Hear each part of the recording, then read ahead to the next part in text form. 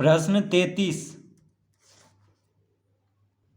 एक समलंब की दो समानांतर भुजाओं की लंबाइयां 30 मीटर और 50 मीटर है। यदि तीसरी भुजा समानांतर भुजाओं पर लंब हो तथा चौथी भुजा की लंबाई 25 मीटर हो तो समलंब का क्षेत्रफल ज्ञात करें। तो सबसे पहले हम इसका चित्र बना लेंगे।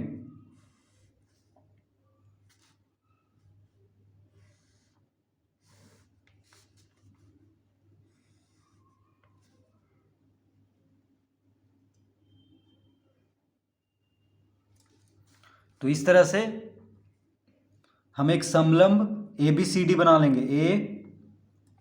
ABCD। तो क्या कह रहा है कि एक समलंब की दो समानांतर भुजाओं की लंबाइयां 30 मीटर और 50 मीटर। देखिए 30 मीटर तो समानांतर दो समानांतर भुजाओं की लंबाइयां, तो यहाँ पे समानांतर कौन कौन है? AB समानांतर है DC के, ठीक है। AB किसके समानांतर है? DC के समानांतर है। तो दोनों समानांतर भुजाओं की लंबाइयां दिया हुआ है 30 मीटर और 50 मीटर। AB कितना दिया हुआ है? AB दिया हुआ है 50 मीटर।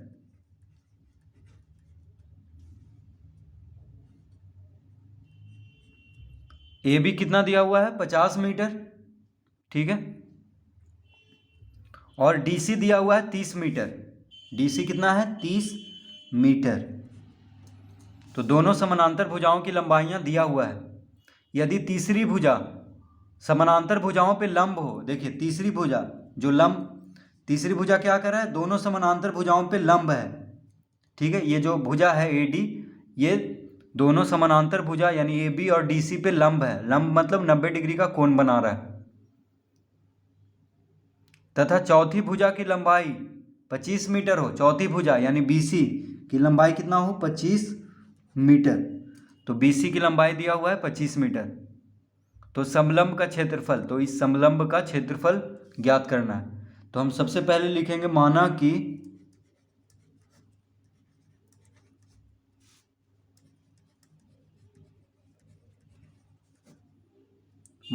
समलंब ABCD, माना कि समलंब ABCD में AB किसके समानांतर है? CD के। देखिए AB समानांतर है CD या DC कह सकते हैं इसको, CD कहें या DC कहें एक ही बात है। तो लिखेंगे माना कि समलंब ABCD में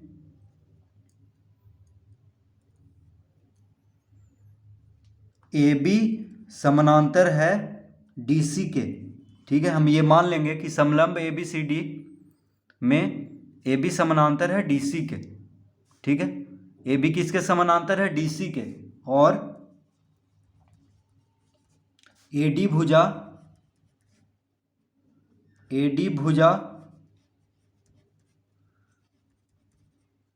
AB तथा DC पर लंब है, लंब है। तो AD जो भुजा है ये AB और DC पे लंब है, ठीक है। इस तरह लिख लेंगे।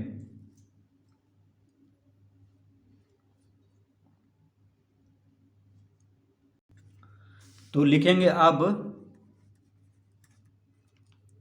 C से C लंब AB खींचा। तो C से C लंब AB खींचा। तो देखिए अब क्या करेंगे हम? C से C यहाँ पे है, C कहाँ पे है? यहाँ पे।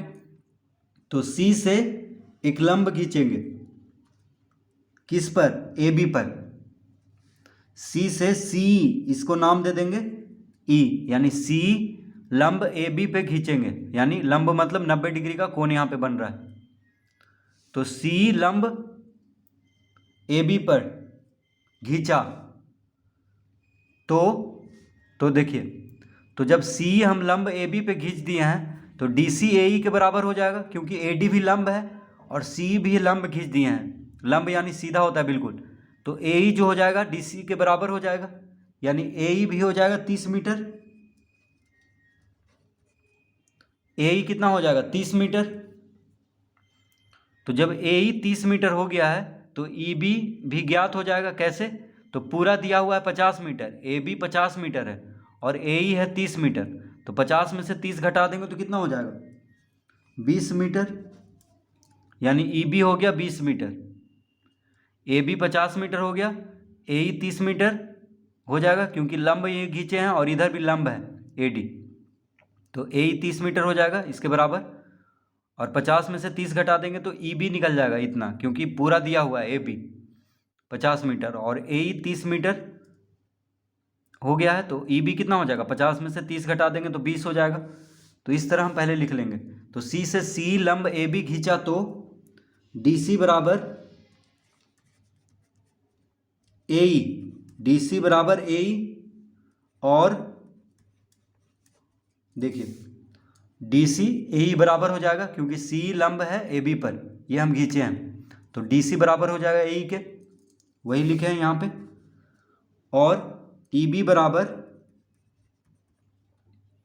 ए बी माइनस ए ई, जो कि हो जाएगा, तो ए बी कितना है 50 मीटर माइनस ए बी कितना है 50 मीटर, ए ई कितना है 30 मीटर, बराबर कितना आ जाएगा 20 मीटर। तो ई बी कितना आ गया 20 मीटर आ गया। देखिए ई बी बराबर क्या हो जाएगा ए बी माइनस ए ई, यानी ई बी बराबर हो जाएगा ए बी, यानी पूरा में से ए ई को घटा देंगे तो ई बी ज्ञात हो जाएगा, यानी 50 में से 30 गया तो 20। तो इस तरह लिख लेंगे। तो हम लिख लेंगे सी से सी लंब ए बी खींचा तो डी सी बराबर ए ई और ई बी बराबर ए बी माइनस ए ई, जो कि हो गया 50 metre minus 30 metre. A B 50 metre है और ए ई है 30 मीटर, तो ई बी कितना हो गया 20 मीटर। यहाँ तक हम इस तरह लिख लेंगे। अब क्या करेंगे, तो लिखेंगे यहाँ पे अब समकोण त्रिभुज, समकोण त्रिभुज सी ई बी में, तो यहां पे देखिए समकोण त्रिभुज बन रहा है सी ई बी। कैसे? तो इसका एक कोण समकोण है, एक कोण क्या है समकोण है। तो त्रिभुज सी ई बी क्या है समकोण त्रिभुज है, क्योंकि कोण ही क्या है समकोण है, क्योंकि सी हम लंब खींचे थे ए बी पर। तो सी ई बी ये जो त्रिभुज बन रहा है ये क्या है समकोण त्रिभुज है, जिसका कि कर्ण, देखिए समकोण के सामने का भुजा कर्ण होता है। तो बी सी मालूम है, ये दिया हुआ है 25 मीटर, और ई बी हम अभी निकाले हैं 20 मीटर। ठीक है, ई बी ज्ञात हो गया है 20 मीटर। तो सी निकाल लेंगे। देखिए ये ऊंचाई हो जाएगा इस समलंब का, तो सी निकाल लेंगे। समकोण त्रिभुज में जब दो भुजा मालूम है तो तीसरा भुजा हम ज्ञात कर लेंगे पाइथागोरस प्रमेय से। तो यहाँ पे लिखेंगे अब समकोण त्रिभुज सी बी में सी बराबर कितना हो जाएगा सी बी का वर्ग माइनस ई बी का वर्ग का अंडर रूट। देखिए समकोण त्रिभुज में हम यहाँ पे पाइथागोरस प्रमेय लगाएंगे। तो सी क्या है, देखिए बी सी हो, ये सी बी हो गया कर्ण, देखिए समकोण के सामने का भुजा है, और ई बी हो गया आधार, और सी हो गया लंब। तो लंब बराबर क्या होता है कर्ण का वर्ग माइनस आधार का वर्ग का अंडर रूट। ठीक है, यानी कर्ण का वर्ग में से आधार का वर्ग को घटा देंगे और उसका वर्गमूल निकाल देंगे तो आ जाएगा लंब यानी सी। तो इस तरह लिख लेंगे सी बराबर सी बी का वर्ग माइनस ई बी का वर्ग का अंडर रूट। तो सी बी कितना है, सी बी दिया हुआ है 25 मीटर, देखिए प्रश्न में ही दिया हुआ है जो चौथा भुजा है। तो सी बी कितना है 25 मीटर, यानी 25 का वर्ग माइनस ई बी कितना है 20, तो 20 का वर्ग का अंडर रूट।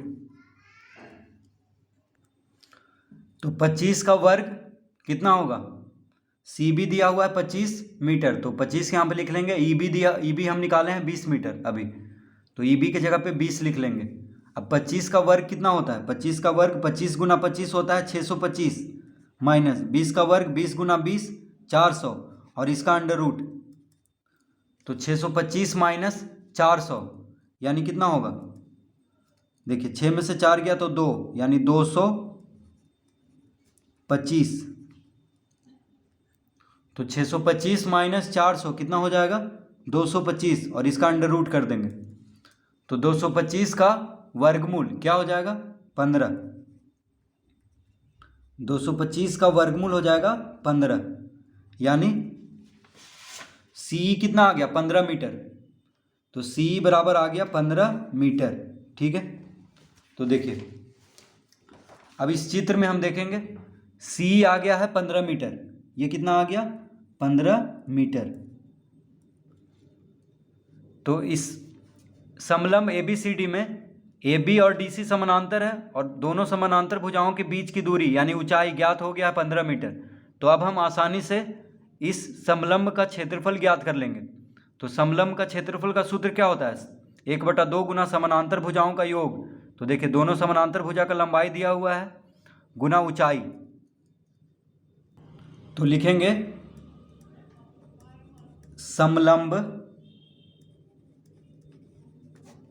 समलंब ABCD का क्षेत्रफल बराबर, तो समलंब का क्षेत्रफल क्या होता है? 1/2 गुना समानांतर भुजाओं का योग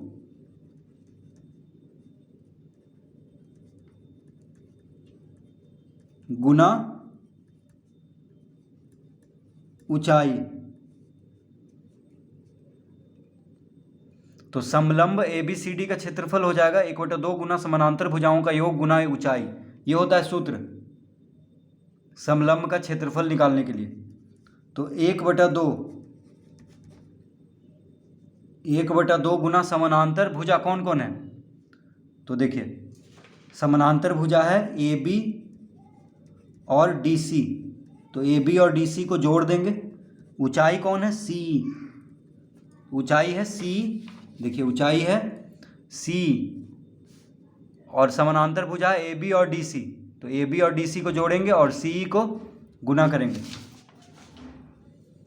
तो इस तरह हो जाएगा। तो 1/2 गुना AB कितना दिया हुआ है? AB दिया हुआ था 50, DC कितना दिया हुआ है? 30।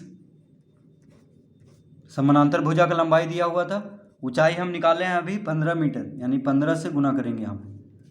तो हो जाएगा 1/2 गुना 50 30 80 गुना 15। तो 2 से 80 कट जाएगा 40 बार में। देखिए 40 दूना 80, तो 40 गुना 15 कितना हो गया? 15 चौक 60, यानी 600 वर्ग मीटर। तो इसका उत्तर हम देख लेते हैं। देखिए आ चुका है इसका उत्तर 600 वर्ग मीटर। इसका उत्तर कितना आएगा? 600 वर्ग मीटर, यानी समलंब का।